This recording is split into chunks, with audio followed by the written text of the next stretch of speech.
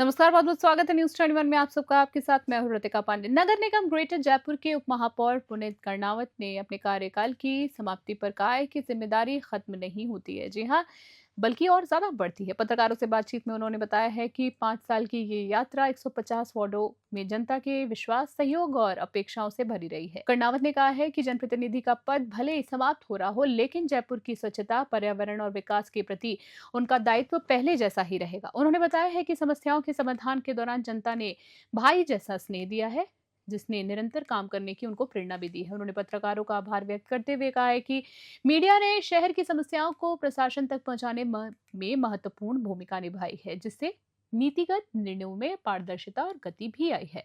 अंत में उन्होंने कहा है कि वे आगे भी जयपुर के हित में सक्रिय रहकर काम करते रहेंगे। 3 नवंबर 2020 को हम सबका निर्वाचन हुआ और उसके बाद 10 नवंबर को भारतीय जनता पार्टी की तरफ से डॉक्टर सौम्या गुर्जर जी महापौर के रूप में निर्वाचित हुई। 11 नवंबर को उप महापौर का चुनाव था।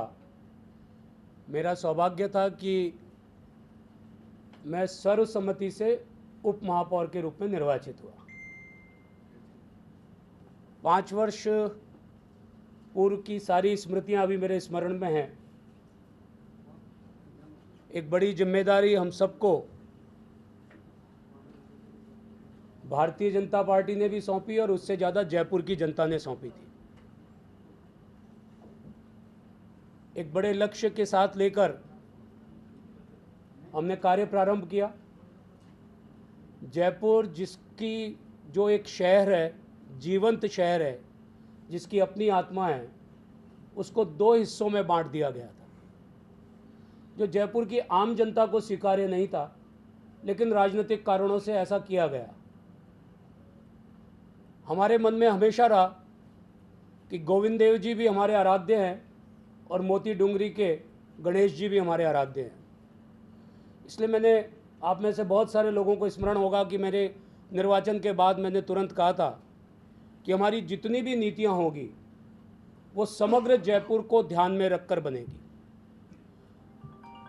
और कुल मिलाकर हम एक ऐसे जयपुर के निर्माण की दिशा में आगे बढ़ेंगे जो जयपुर की विरासत और जयपुर का विकास, ये दोनों एक दूसरे के साथ सामंजस्य बनाकर चले। वो कालखंड कांग्रेस की सरकार का था। मैंने तब भी कहा था कि हमें जयपुर के विकास के लिए कांग्रेस की सरकार से सहयोग मांगते हुए किसी भी प्रकार का कोई गुरेज नहीं होगा। हम उनके पास जाएंगे, उनका सहयोग मांगेंगे और उसके लिए संघर्ष करना पड़ा तो संघर्ष भी करेंगे। लगभग 3 साल बाद हमारी सरकार, भारतीय जनता पार्टी की सरकार आई। आज दोनों स्थानों पर, हेरिटेज और ग्रेटर में, भारतीय जनता पार्टी की महापौर है और हमने जो वादा 2020 के चुनाव से पहले जयपुर की जनता से किया था कि जब कभी भी हमारे को अवसर मिलेगा हम जयपुर को पुनः एक कर देंगे, हमने वो जयपुर को पुनः एक करने का निर्णय माननीय भजन लाल जी की सरकार ने ले लिया है। और मुझे खुशी है कि अगले चुनाव के बाद जब कभी भी आप जयपुर के नए महापौर, उप महापौर से मिलेंगे तो वो संपूर्ण जयपुर को रिप्रेजेंट करने वाले लोग होंगे। उनके आधार पर एक जयपुर के विकास की एक बहुत बड़ी कार्य योजना उनके समक्ष होगी, चुनौती होगी और वो उसके ऊपर पूरा करने का कार्य भी करेंगे।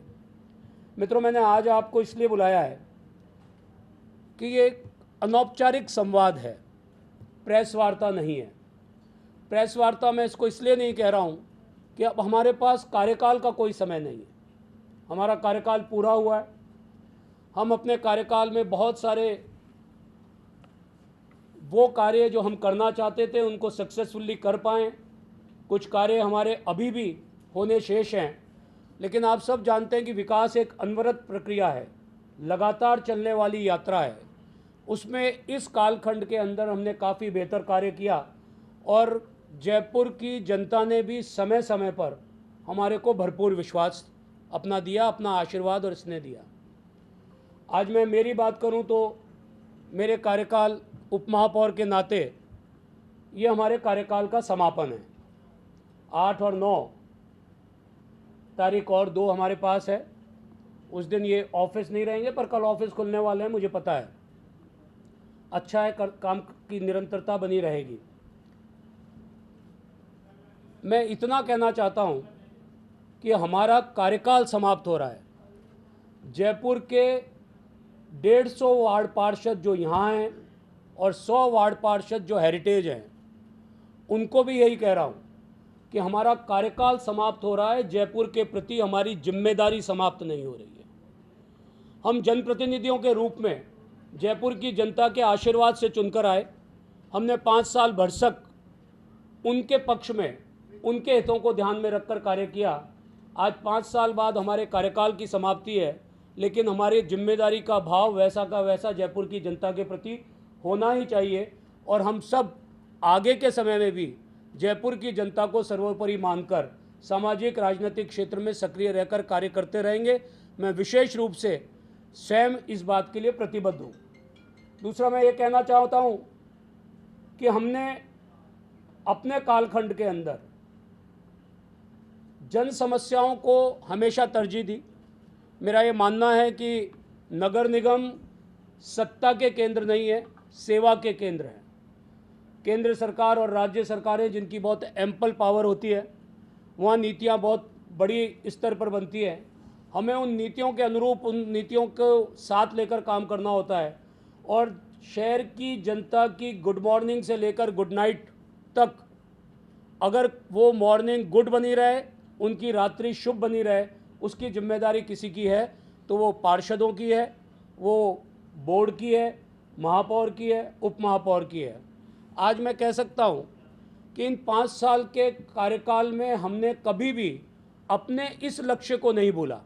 हमारे संसाधन सीमित रहे होंगे, चुनौतियाँ ज़्यादा रही होगी, बीच में कोरोना का कालखंड रहा होगा, कहीं कोई वित्तीय हमारी लिमिटेशंस रही होंगी, पर हमने लगातार उस दिशा में काम करते हुए अपने आप को जयपुर की जनता से सजीव रूप से जोड़े रखा।